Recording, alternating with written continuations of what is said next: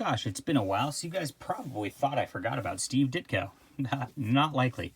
I went through, and as I started reading through the Ditko stuff, I just started picking up these volumes of a lot of his work from the 60s and 70s and 80s and 90s and 2000s, over and over again as I could find them.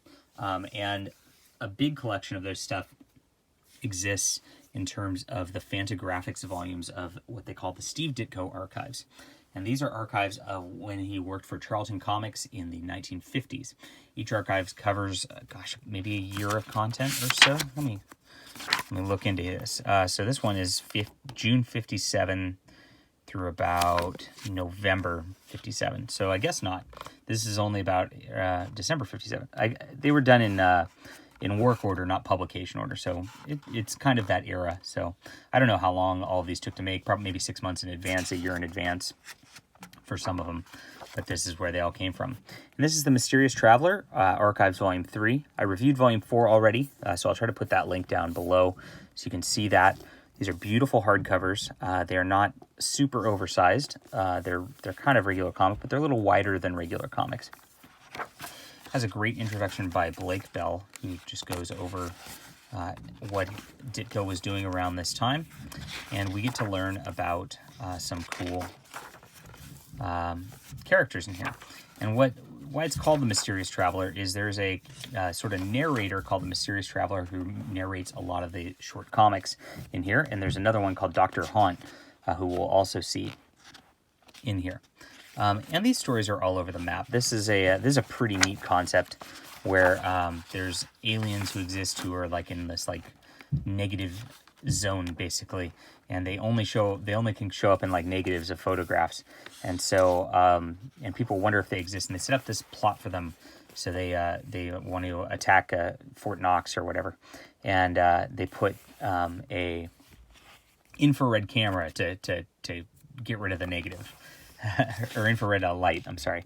Yeah, pretty neat. So, and that works. And then, neat little story about the leaves. Now, how does this compare to his work at Marvel for the short stories? I've read and reviewed the Marvel Ditko Masters of Suspense Omnibus, which covers every short story he wrote for Marvel. And those are a lot more tightly written, I'd say. The beats are just very consistent. They are always just like on fire. From the way that they're done. I mean, you could tell that in the 4 or 5 years since he was doing this, he just got better as an artist. And of course, Stan Lee was a better writer than the people who were working at Charleston also. But here's the difference. I would say that a lot of those end up being formulaic at the same time. You definitely see the same types of stories repeating themselves over and over again in those. And in this one, there's a lot more experimentation. That's the cool part, and that's what makes this awesome. You get random things like this statue lady right here. You get a forbidden room to go into, and in this room, I guess everything doesn't really age except for the furniture in the room, and so it's a very bizarre thing. Some of them work out, some of them don't. And we have a captain who is thrown overseas, and because he, it really hates this sculpture or whatever, and then this ends up on the island with him, and it ends up causing him problems there too. Now here's where we reveal Dr. Haunt in this magazine is haunted. I don't think this is the first issue of it. Let's see, this magazine is haunted. What page are we on? 58. This is the cover for volume 2, number 12. So it's been there for a while. But this is the first in this volume that we get to see the sort of more horror elements of what goes on. And these are a lot more fun, I would say. And Dr. Hunt does not appear in this one. Weird. Okay. He shows up a little later. But the narrator ends up being part of the fun of the issues in a lot of these. Here we are. This magazine is haunted. Here's Dr. Haunt.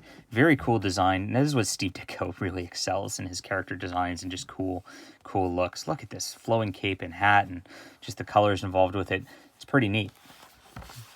And he narrates these stories and warns of these people's horrific fates.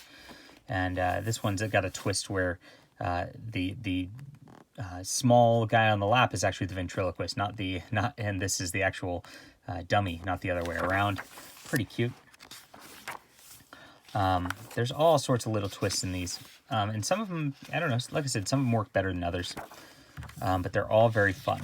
I love this one where you get a tank in the desert, just because I like just looking at different art and different things, and you don't really see a tank in the desert very often.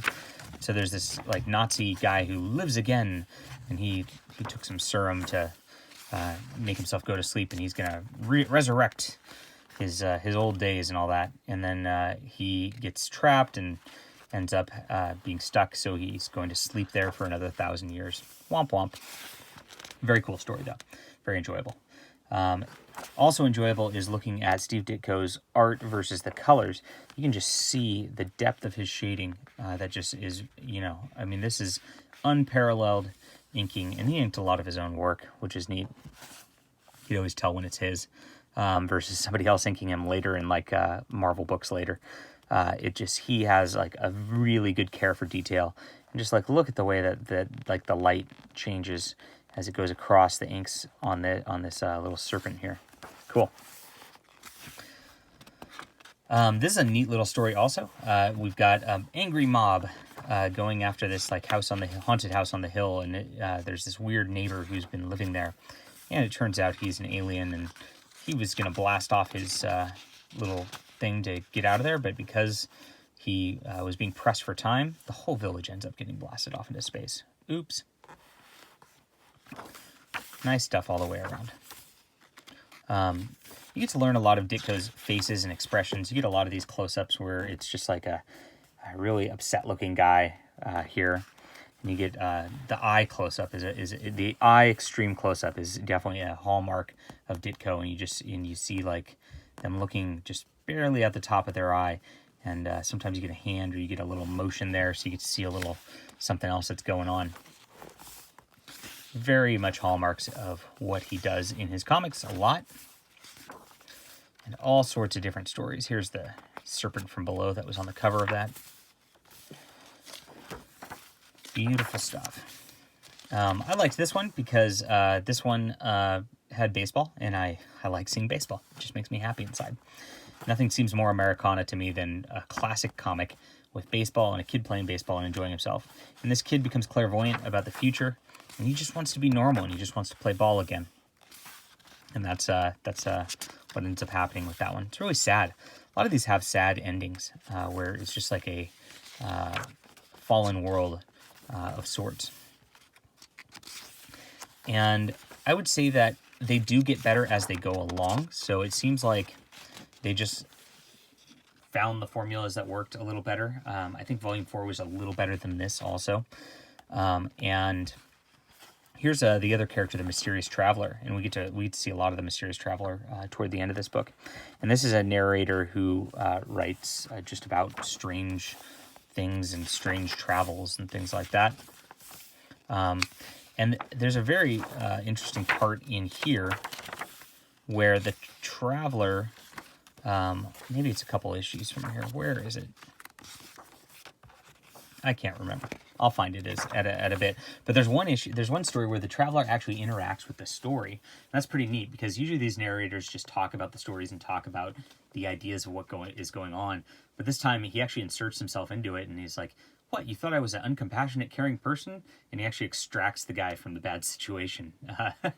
So it's pretty cute when that happened. And I was actually pretty happy to see the Traveler character doing something different. This is a beautiful one right here. Look at the car. Great car work right here. Classic. It gives a wonderful feel for just like lost in the woods and like a evening where you can barely see. And you see that here too with just the way that this is drawn with the flashlight and everything. And this guy ends up going back in time and working for somebody as a doctor.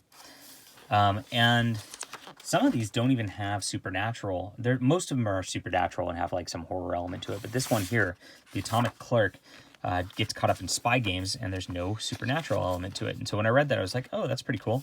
I liked that story, but just because it was different. Whatever, the different always stands out. And this is speaking of standout, look at this cover. This is where we're starting to get into like the psychedelic Ditko that we see in Doctor Strange and stuff later. We even get the word strange on here. But very cool, very abstract, and showing this like strange descent into a world. Very odd stuff. But I don't know. It's always weird because they always say Ditko never did drugs, but you know, I don't know.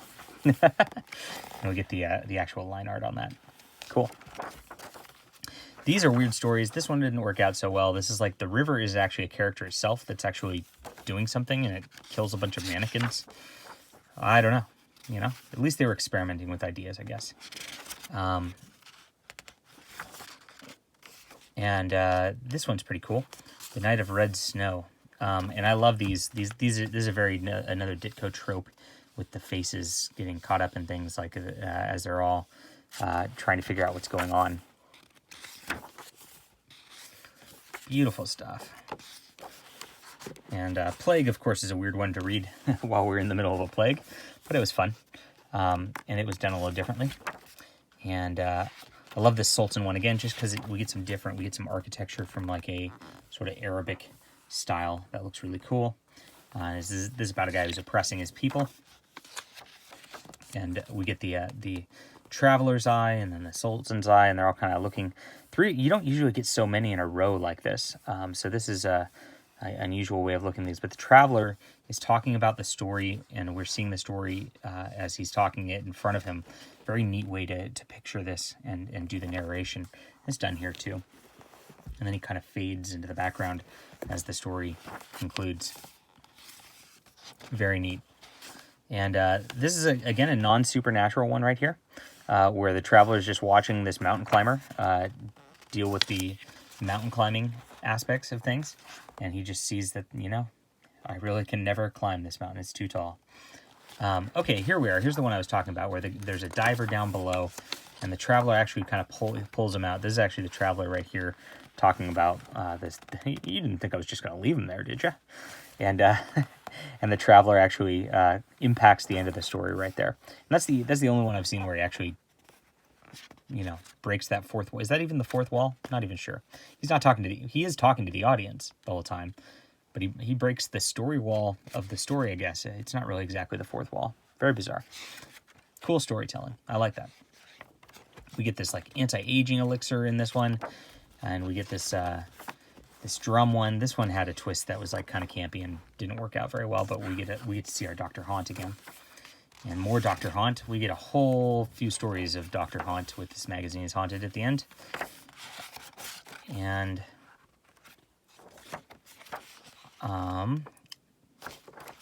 what's this one? I don't remember this last one. Why don't I remember this? I should.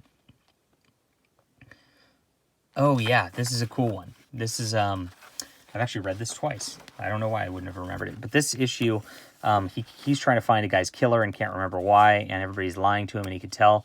Turns out he accidentally killed him, and the shock made him forget about it. So everybody's trying to protect him. Very sad way to end this deal. This is a pretty dark one right here. But a lot of these are pretty dark and very, I guess, horror-esque way of looking at the world that is pretty interesting and pretty different. It goes a little darker than a lot of the Marvel stuff that comes after this. Neat. I enjoyed it. I think Volume 4 was a little more fun for me, and I think that his art and the storytelling gets better as it goes along. I started with Volume 4 because it was the first one I could find, and then Volume 3 I picked up. This one is out of print and pretty hard to find, so if you can find this, grab this one first before you grab it. It's a 6-volume series, and it does go in chronological order. So I'm probably going to go back to Volume 1 and then Volume 2 next, and then kind of wrap up with Volume 6 as I read this. Still good stuff. Probably an 8 out of 10 overall. Just some of the stories didn't work out, but most of them did. And I love the Ditko art all the way around. Cool. Leave a comment down below and hit that like and subscribe button. I will be back later, guys. See ya.